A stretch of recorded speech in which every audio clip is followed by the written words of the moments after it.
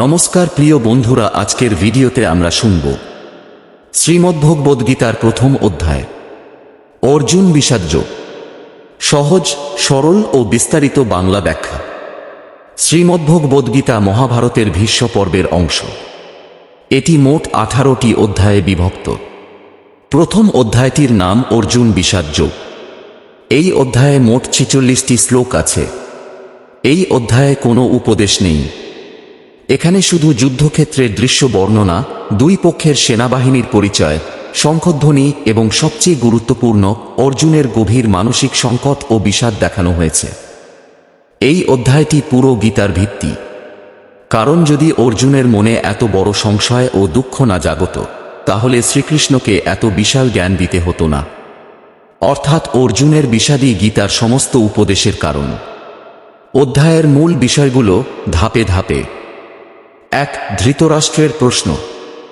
2. সঞ্জয়ের বর্ণনা শুরু। 3. দুর্যোধনের দ্রোণাচার্যের কাছে পাণ্ডব সেনার কথা বলা। 4. কৌরব পক্ষের প্রধান যোদ্ধাদের তালিকা। 5. ভীষ্মের শঙ্খনাদ ও কৌরব সেনার উৎসাহ। 6. পাণ্ডব পক্ষের শঙ্খধ্বনি, বিশেষ করে কৃষ্ণ ও অর্জুনের। 7. অর্জুনের অনুরোধ, রথকে দুই সেনার মাঝখানে নিয়ে যাওয়া। 8. অর্জুনের আত্মীয় স্বজন গুরু বন্ধুদের দেখা। 9. অর্জুনের শারীরিক ও মানসিক ভাঙন। 10. অর্জুনের দীর্ঘ বক্তব্য, যুদ্ধ করা কেন অনর্থক, পাপ, কুলনাশ, ধর্মনাশ ইত্যাদি। 11. শেষ শ্লোক, ধনুক ফেলে দিয়ে রথে বসে পড়া। এখন আমরা শ্লোক ধরে ধরে খুব সহজ ভাষায় অনেক উদাহরণ সহ ব্যাখ্যা করব। শ্লোক 1। ধৃতরাষ্ট্র উবাচ ধর্মক্ষেত্রে কুরুক্ষেত্রে সমবেতা যুযুৎসব মামকা পাণ্ডবাশ্চৈব কিম কুর্বত সঞ্জয় 1। অর্থাৎ ধৃতরাষ্ট্র জিজ্ঞাসা করলেন, হে সঞ্জয়, ধর্মক্ষেত্র কুরুক্ষেত্রে যুদ্ধ করার জন্য যারা একত্রিত হয়েছে, আমার ছেলেরা, কৌরবরা আর পাণ্ডবরা, তারা কি করছে? ব্যাখ্যা। এটিই গীতার প্রথম শ্লোক। ধৃতরাষ্ট্র অন্ধ, তিনি যুদ্ধ দেখতে পান না। সঞ্জয়ের কাছে বিবরণ শুনছেন। খুব গুরুত্বপূর্ণ কথা, তিনি বলেছেন ধর্মক্ষেত্রে কুরুক্ষেত্রে। অর্থাৎ এই যুদ্ধ শুধু জমির লড়াই নয়, এটি ধর্ম ও অধর্মের লড়াই। তিনি প্রথমে মামকা, আমার ছেলেরা বলেছেন, তারপর পাণ্ডবদের কথা বলেছেন। এটি থেকে বোঝা যায় তাঁর মনে পক্ষপাতিত্ব আছে। আধুনিক উদাহরণ, একজন বাবা যদি দুই ছেলের মধ্যে ঝগড়া হয় তখন বলেন, আমার বড় ছেলে আর ছোট ছেলে কি করছে? এখানেও ধৃতরাষ্ট্রের মনে প্রথমে আমার ছেলেরা এসেছে। শ্লোক 2। সঞ্জয় উবাচ দৃষ্টা তু পাণ্ডবানিকং ব্যূঢ়ং দুর্যোধনস্তদা আচার্যমুখ সঙ্গম্য রাজা বচনমব্রবীত 2। অর্থাৎ সঞ্জয় বললেন, তখন দুর্যোধন পাণ্ডবদের সুসজ্জিত সেনা দেখে আচার্য দ্রোণের কাছে গিয়ে কথা বললেন। ব্যাখ্যা। দুর্যোধন প্রথমেই পাণ্ডব সেনা দেখে অস্থির হয়ে পড়েছেন। তাই তিনি নিজের গুরু দ্রোণাচার্যের কাছে গেলেন। এখান থেকে বোঝা যায় দুর্যোধনের মনে ভয় ঢুকে গেছে, যদিও মুখে সে সাহস দেখাবে। শ্লোক 3। পর্ষৈতান পাণ্ডুপুত্রানামাচার্য মহতিং চমুং বুধাং দ্রুপদ পুত্রেন তব শিষ্যেন ধীমতা 3। অর্থাৎ দুর্যোধন বললেন, হে আচার্য, দেখুন পাণ্ডবদের এই বিশাল সেনা। আপনারই বুদ্ধিমান শিষ্য দ্রুপদ পুত্র ধৃষ্টদ্যুম্ন এই ব্যূহ রচনা করেছে। গুরুত্বপূর্ণ পর্যবেক্ষণ।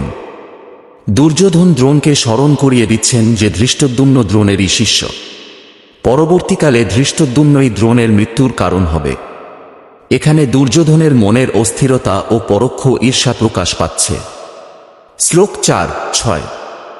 অত্র সুরা মহেশ্বাসা ভীমার্জুন সমাযুধি যুযুধানো বিরাটশ্চ দ্রুপদশ্চ মহারথ 4। ধৃষ্টকেতুশ্চেকিতানো কাশীরাজশ্চ বীর্যবান পুরুজিৎ কুন্তিভোজশ্চ শৈবাশ্চ নরপুঙ্গব 5। যুধামন্যুশ্চ বিক্রান্ত উত্তমৌজাশ্চ বীর্যবান সৌভদ্রশ্চ মহাবাহু সৌভদ্রী চ মহার্থ 6। অর্থাৎ এই পাণ্ডব সেনায় আছেন ভীম ও অর্জুনের মতো শক্তিশালী ধনুর্ধর, যুযুধান, সাত্যকী, বিরাট রাজা দ্রুপদ, ধৃষ্টকেতু, চেকিতান, কাশীরাজ, পুরুজিৎ কুন্তিভোজ শৈব্য, যুধামন্যু উত্তমৌজা, অভিমন্যু সুন্দর বাহু বিশিষ্ট সৌভদ্র। ব্যাখ্যা: দুর্যোধন একে একে পাণ্ডব পক্ষের সব বড় বড় যোদ্ধার নাম বলছেন। এটা তার মনের ভয়ের প্রকাশ। সে নিজের মনে মনে ভাবছে, এত বড় বড় যোদ্ধা আমাদের বিপক্ষে। শ্লোক 10। অপর্যাপ্তম তদস্যাকং বলং ভীষ্মাভিরক্ষিতম, পর্যাপ্তম তিদমেতেশাং বলং ভীমাভিরক্ষিতম। 10। অর্থাৎ দুর্যোধন বললেন, আমাদের সেনা অপর্যাপ্ত, অসীম, ভীষ্ম তাকে রক্ষা করছেন। কিন্তু ওদের সেনা পর্যাপ্ত, সীমিত, শুধু ভীম রক্ষা করছে। গুরুত্বপূর্ণ বিশ্লেষণ: দুর্যোধন নিজেকে সান্ত্বনা দেওয়ার চেষ্টা করছেন, কিন্তু বাস্তবে পাণ্ডব পক্ষের সেনা সংখ্যায় কম হলেও গুণগতভাবে অনেক শক্তিশালী ছিল। এছাড়া ভীষ্ম অমরত্ব প্রাপ্ত বর পেয়েছিলেন, কিন্তু ভীমের কোনো বর ছিল না। তবুও দুর্যোধন মনে মনে ভীমকে ছোট করে দেখাতে চাইছেন। শ্লোক 12। তস্য সঞ্জনয়ন হর্ষং কুরু বৃদ্ধ পিতামহ, সিংহনাদম বিন্দোচ্চরিস শঙ্খং দোদ্ভৌ প্রতাপবান। 12।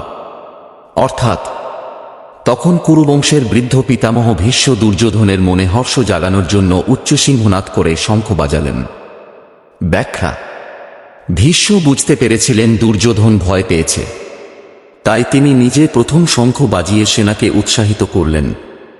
এটি খুবই গুরুত্বপূর্ণ মুহূর্ত। শ্লোক 14। তত শ্বেতৈর্হয়ের যুক্তে মহতি সান্দনে স্থিত মাধব পাণ্ডবশ্চৈব দিব্যৌ শঙ্খৌ প্রদদ্ধতু। 14। অর্থাৎ তারপর সাদা ঘোড়ায় যুক্ত মহান রথে অবস্থিত মাধব, কৃষ্ণ ও পাণ্ডব অর্জুন দুজনেই দিব্য শঙ্খ বাজালেন।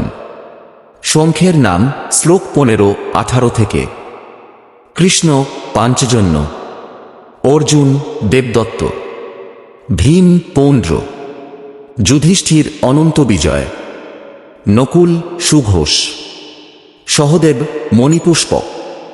এই শঙ্খধ্বনি আকাশ ও পৃথিবী কাঁপিয়ে দিল। আধুনিক উদাহরণ: একটা ফাইনাল ম্যাচে যখন দুই দলের সমর্থকরা একসঙ্গে চিৎকার করে তখন যে উত্তেজনা হয়, এই শঙ্খধ্বনি ঠিক সেরকম। কিন্তু এখানে শঙ্খের শব্দ শুধু উত্তেজনা নয়, ধর্মের পক্ষের শক্তি প্রকাশ করছে। শ্লোক 20-22। অথ ব্যস্থিতান দৃষ্টা ধার্তরাষ্ট্রান কপিধ্বজ, প্রবৃত্তে শস্ত্র সম্পাতে ধনুরুদ্যম্য পাণ্ডব 20। ঋষিকেশম তদা বাক্যমিদমাহ মহিপতে। অর্জুন উবাচ, সেনয়োরুভয়োর মধ্যে রথং স্থাপয় মধ্যত 21। যাবদেতান নিরীক্ষেহং যুদ্ধকামান সমবস্থিতান, কৈর্ময়া সহ যুদ্ধবমস্মিন রণসমুদ্যমে 22। অর্থাৎ অর্জুন কপিধ্বজ যখন দেখলেন দুই সেনা মুখোমুখি দাঁড়িয়েছে এবং অস্ত্র নিক্ষেপ শুরু হতে চলেছে, তখন তিনি ধনুক তুলে কৃষ্ণকে বললেন, হে ঋষিকেশ, আমার রথ দুই সেনার ঠিক মাঝখানে রাখো। আমি দেখতে চাই কারা কারা আমার সঙ্গে যুদ্ধ করতে এসেছে। এই যুদ্ধে আমাকে কাদের বিরুদ্ধে লড়তে হবে। খুব গুরুত্বপূর্ণ মুহূর্ত। এই পর্যন্ত অর্জুন যোদ্ধা ছিলেন, কিন্তু এখান থেকে তিনি মানুষ হয়ে গেলেন। তিনি আর শুধু শত্রু দেখছেন না, তিনি আত্মীয় স্বজন গুরু দেখতে শুরু করলেন। শ্লোক 28-30। দৃষ্টেমং স্বজনং কৃষ্ণ যুজুৎসুং সমুপস্থিতম, সিদন্তি মম গাত্রাণি মুখং পরিশুষ্যতি। 28। বেপথুশ্চ শরীরে মে রোমহর্ষশ্চ জায়তে, গান্ডিবং স্রংসতে হস্তাত্মক চৈব পরিদজ্জতে। 30। অর্থাৎ অর্জুন বললেন, হে কৃষ্ণ, আমার এই স্বজনদের যুদ্ধ করতে উদ্যত দেখে আমার সারা শরীর অবশ হয়ে যাচ্ছে, মুখ শুকিয়ে যাচ্ছে, শরীর কাঁপছে, রোম খাড়া হয়ে যাচ্ছে, হাত থেকে গান্ডীব ধনুক পড়ে যাচ্ছে, চামড়া জ্বলে যাচ্ছে। এটি শারীরিক প্যানিক অ্যাটাকের বর্ণনা। আজকের ভাষায় বললে অর্জুনের সেভার অ্যাংজাইটি অ্যাটাক হচ্ছে। শ্লোক 31-32। নচ স্বপ্নমাবস্থাতুম ভ্রমতিব চ মে মন, নিমিত্তানি চ পশ্যামি বিপরীতানি। কেশ 31। ন কাঙ্ক্ষে বিজয়ং কৃষ্ণন চ রাজ্যং সুখানি চ, কিং ন রাজ্যেন গোবিন্দ কিং ভোগৈর্জীবিতেন। বা 32। অর্থাৎ আমি দাঁড়াতে পারছি না, মাথা ঘুরছে। হে কেশব, আমি খারাপ লক্ষণ দেখছি। হে কৃষ্ণ, আমি জয় চাই না, রাজ্য চাই না, সুখ চাই না। রাজ্য দিয়ে আমার কি হবে? ভোগ দিয়ে কি হবে? বেঁচে থেকেই বা কি লাভ? এখানে অর্জুন সম্পূর্ণ ভেঙে পড়েছেন। শ্লোক 37-39। যদ্যপেতে ন পশ্যন্তি লোভোপহত চেতস কুলক্ষয় কৃতম দোষম মিত্রদ্রোহে পাতকম 37। কথং জয়মস্নাভির পাপাদস্নাথ পরন্ত কুলক্ষয় কৃতম দোষং প্রপশুদ্ধির জনার্দন 38। ইফ কুলক্ষয় কৃতম দোষং প্রংসেত কুলস্যচ। অর্থাৎ এরা লোভে অন্ধ হয়ে গেছে বলে কুলনাশের পাপ দেখতে পাচ্ছে না, কিন্তু আমরা তো দেখতে পাচ্ছি। তাহলে আমরা কেন এই পাপ করব? কুলনাশের ফলে কি ক্ষতি হয় তা জেনেও কেন এই যুদ্ধ করব? শ্লোক 40-42। কুলক্ষয়ে প্রণশন্তি কুল ধর্মা সনাতনা ধর্মে নষ্টে কুলং কৃৎস্নম ধর্মভিভবত্যুত 40। অধর্মাভিবাদ কৃষ্ণ প্রদুষ্যন্তি কুলস্ত্রিয় স্ত্রীষু দুষ্টাসু বর্ষ্ণে যায়তে বর্ণশঙ্কর 41। শঙ্কর নরকায় বকুল ঘ্নানান কুলস্যচ পতন্তি পিতর হেসাং লুপ্তপিণ্ডোদক ক্রিয়া 42। সহজ ব্যাখ্যা। অর্জুন বলছেন, কুল নষ্ট হলে সনাতন কুল ধর্ম নষ্ট হয়। ধর্ম নষ্ট হলে সমস্ত কুল অধর্মে ভরে যায়। অধর্ম বেড়ে গেলে কুলের মেয়েরা দুষ্ট হয়। মেয়েরা দুষ্ট হলে বর্ণশঙ্কর হয়। বর্ণশঙ্কর হলে কুল ও কুলঘাতকদের পূর্বপুরুষ নরকে পড়েন, কারণ তাদের শ্রাদ্ধতর্পণ বন্ধ হয়ে যায়। আধুনিক দৃষ্টিকোণ থেকে অর্জুনের যুক্তি আজ সম্পূর্ণ গ্রহণযোগ্য নয়, কিন্তু তৎকালীন সমাজে কুল, বর্ণ ও পিতৃতর্পণের ধারণা খুব গভীর ছিল। অর্জুন সেই দৃষ্টিকোণ থেকেই বলছেন, এই যুদ্ধে আমরা শুধু মানুষ মারব না, আমাদের পূর্বপুরুষদেরও নরকে পাঠাব। শ্লোক 46। এবমুক্তার্জুন শঙ্খে রথপস্থ উপাবিশত বিসৃজ্য সসরং চাপং শোক সংবিঘ্নমান 46। অর্থাৎ এই কথা বলে অর্জুন শোকে অভিভূত হয়ে ধনুকতির সব ফেলে দিয়ে রথের পেছনে বসে পড়লেন। এখানেই প্রথম অধ্যায় শেষ। প্রথম অধ্যায়ের মূল শিক্ষা ও তাৎপর্য: এক, মানুষের মনে সবচেয়ে বড় যুদ্ধ হয় কর্তব্য আর স্নেহ মমতার মধ্যে। দুই, যখন কর্তব্য পথে আত্মীয় স্বজন বাধা হয়ে দাঁড়ায় তখন বিষাদ আসা স্বাভাবিক। তিন, শুধু শারীরিক শক্তি থাকলেই যোদ্ধা হওয়া যায় না, মানসিক দৃঢ়তাও দরকার। চার, অর্জুনের মতো মহান যোদ্ধাও ভেঙে পড়তে পারেন, এটা লজ্জার বিষয় নয়। পাঁচ, বিষাদের মধ্য দিয়েই মানুষ সত্যিকারের জ্ঞানের দিকে যাত্রা শুরু করে। ছয়, গীতার বাকি 17টি অধ্যায় এই বিষাদেরই সমাধান। আধুনিক জীবনের উদাহরণ দিয়ে শেষ করি। একজন সৎ পুলিশ অফিসারকে যদি তার নিজের ভাইকে গ্রেপ্তার করতে হয়, একজন ডাক্তারকে যদি তার নিজের মাকে অপারেশন করতে হয়, একজন বিচারককে যদি তার বাবার বিরুদ্ধে রায় দিতে হয়, একজন মেয়েকে যদি বাবা মায়ের বিরুদ্ধে দাঁড়িয়ে নিজের জীবন বেছে নিতে হয়, এই সব ক্ষেত্রেই অর্জুনের মতো বিষাদ আসে।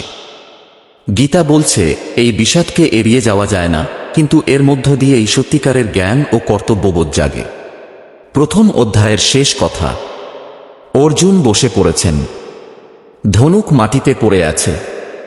এখন কথা বলার পালা শ্রীকৃষ্ণের। আমরা এর পরের ভিডিওতে শুনব গীতার দ্বিতীয় অধ্যায়, যেখান থেকে শুরু হয় গীতার মূল উপদেশ।